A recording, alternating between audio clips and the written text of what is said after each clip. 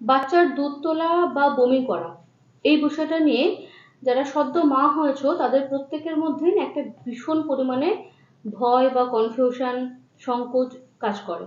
বারবার করে তারা ডাক্তারের কাছে যায়। বাচ্চা দুধ তোলে কেন বা বারবার বমি করে কেন, এই বিষয়টা যদি আমরা জানতে পারি তাহলে কিন্তু এর সলিউশন করাটা অনেকটা বেশি সহজ হয়ে যাবে। তো প্রথমেই আসি, বাচ্চার দুধ তোলে কেন। সদ্যজাত বাচ্চা অনেকে আছে ব্রেস্টফিড করে, অনেকে আছে ফর্মুলা মিল্ক খায়।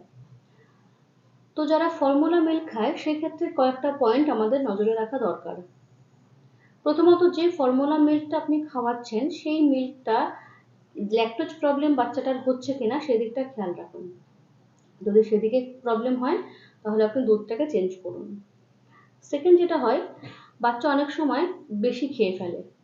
তারা তো খাবার কতটা খেতে হবে বুঝতে পারে না, আপনি যতটা দিচ্ছেন ততটা সে খেয়ে ফেলছে।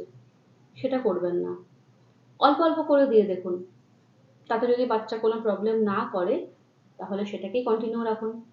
30 ml দিয়ে শুরু করুন, 1 ঘন্টা পর পর বা 1.5 ঘন্টা পর পর খাওয়ান। আপনার বাচ্চা হয়তো 60 ml আপনি খাওয়াচ্ছেন, কেন খাওয়াচ্ছেন? আরে আমার ওই বন্ধুর বাচ্চাটাকেও তো 60 ml খাওয়াই, একই তো বয়স।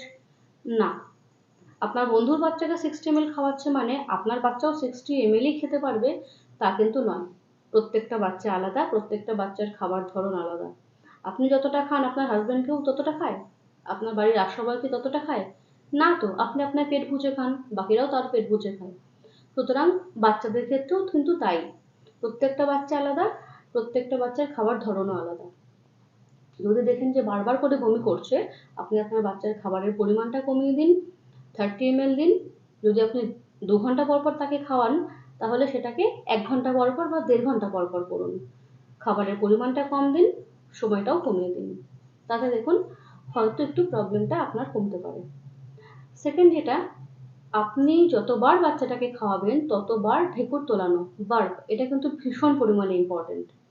বাচ্চাটাকে এই কাঁধের কাছটায় নিয়ে পিঠটা একটু রাব করবেন আর হাতটাকে ঠিক এরকম শঙ্খের মতো করে পিঠের কাছটায় থাবড়া দেবেন। দেখবেন খুব শিগগিরই বাচ্চা ঢেকুর তুলবে। বা কাঁধে নিয়ে কিছুক্ষণ ঘোরাতেও পারেন। হ্যাঁ, অনেক সময় রাত্রিবেলায় ঘুমের মধ্যে বা ইচ্ছা করে না, কিন্তু ঢেকুর তোলানোটা কিন্তু ভীষণ পরিমাণে ইম্পর্টেন্ট, বিশেষ করে 3 থেকে 4 মাস পর্যন্ত বয়সের বাচ্চাদের। তো এই ছোট ছোট সিম্পল টিপসগুলো আপনি ফলো করেন, আশা করছি প্রবলেমগুলো মিটবে। আর তারপরেও যদি দেখেন যে না বাচ্চা বমি করছে বা দুধ তুলছে, তো সেক্ষেত্রে অবশ্যই ডাক্তারের পরামর্শ নিন। ভালো থাকবেন, নিজের খেয়াল রাখবেন এবং বাচ্চাটার খেয়াল রাখবেন। নমস্কার।